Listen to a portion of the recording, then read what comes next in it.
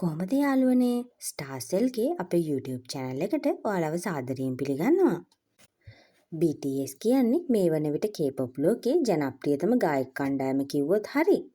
2013 දී ශ්‍රේෂ්ඨයට ආපු BTS 2017 වසර පමණ වන විට ලෝක පුරා ඉතා ප්‍රසිද්ධ වීමට පටන් ගත් අතර රසිකයන්ගේ ආදරය ඉතා විශාල වශයෙන් දිනාගත්තා.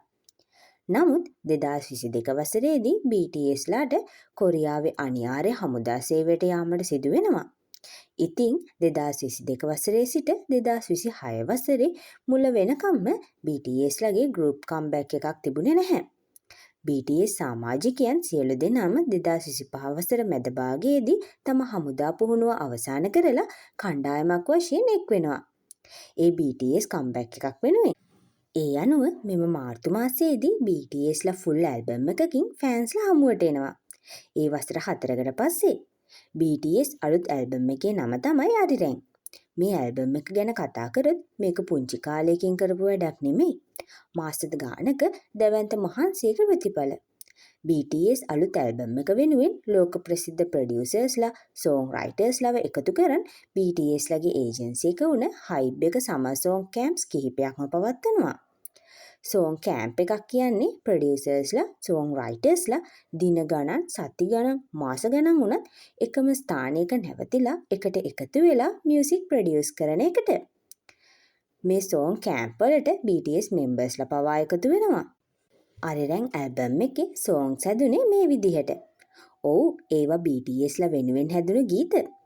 මේ සෝංග් කැම්ප් වලින් ගීත 100කට වඩා නිර්මාණය වෙලා තියෙනවා. ඒ අතරින් ගීත 14ක් අරිරැන් ඇල්බම් එක වෙනුවෙන් තෝරගන්නවා. ඇල්බම් එකේ ගීත 14න් 13කම සෝංග් රයිටර් කෙනෙක් විදිහට RM එකතු වෙලා තියෙනවා. ඒ වගේම තමයි ඇල්බම් එකට අරිරැන් කියන කන්සෙප්ට් එක ගමු කියලා යෝජනා කරලා තියෙන්නේ හයිප් චෙයාමන් වන බෑන් ෂී-හයුක්. ඇල්බම් එකේ ටයිටල් ට්‍රැක් එක විදිහට තෝරගන්නේ ස්විම් කියන ගීතය. හැබැයි BTS කණ්ඩායමේ සමාජිකයෙක් වන ජිමින් නම් මුලින්ම කැමති වෙලා තියෙන්නේ ඇල්බම් එකේ තවත් ප්‍රසිද්ධ ගීතයක් වන බොඩි ටු බොඩි කියන ගීතයට. BTS කණ්ඩායමේ නායකයා වන RM ස්වින් කියන ගීතය ටයිටල් ට්‍රැක් එකට තෝරන්න විශාල දායකත්වයක් දක්වලා තියෙනවා. BTS අලුත් ඇල්බම් එක වුණ අරිරැන් රිලීස් කරපු පළවෙනි දවසේම මිලියන 4කට ආසන්න ඇල්බම්ස් ප්‍රමාණයක් විකුණන්න BTSලා සමත් වෙලා තියෙනවා. ඒ වගේම අවුරුදු ගාණක් බලන් හිටපු ආදරණීය ෆෑන්ස්ලා වෙනුවෙන් කම්බැක් ලයිව් එකක් එන්නත් BTSලා අමතක කරන්නේ නැහැ. BTS ඇල්බම් එක රිලීස් වෙලා පස්සේ දවසේ BTSලා එයාලගේ ෆෑන්ස්ලාට ගොඩක් වටින තෑග්ගක් ලබා දුන්නා. ඒ තමයි ෆ්‍රී ලයිව් කොන්සර්ට් එකක්. මේක අවුරුදු 4කින් තියෙන පළවෙනි BTS කොන්සර්ට් එක නිසා මේ කොන්සර්ට් එක විශාල ලෙස සැලසුම් කරලා තියෙනවා. මේ කොන්සර්ට් එක තිබ්බේ සෝල් නගරේ ඓතිහාසික ස්ථානයක් වන ග්වන්හාමුන් චතුරස්‍රයේදී. කොරියානුවන් ග්වන්හාමුන් චතුරස්‍රය හඳුන්වන්නේ පාලකයන් ඔවුන්ට නියමිත සිහසුන වෙත යන දොරටුව ලෙස. ඉතින් BTSලත් කොරියාවෙන් පටන්ගෙන ලෝකයම තමන් සතු කරගත් කණ්ඩායමක් විදිහට නැවතත් තමන්ගේ උරුම සිහසුන වෙත පැමිණීම මින් නිරූපණය වුණා.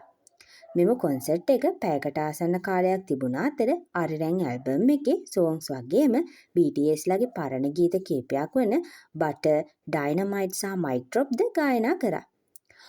කොන්සර්ට් එක අවසන් වුණේ ෆෑන්ස්ලාට හා BTSලාට ඉතා සමීප ගීතයක් වන මික්‍රොකොස්මොස් කියන ගීතයෙන්. මෙම කොන්සර්ට් එක වෙනුවෙන්ම ග්වන්හමුන් වල වේදිකාවක් නිර්මාණය වුණේ BTSලාගේ ඉමහත් ප්‍රසිද්ධිය පිළිබිඹු කරමින්.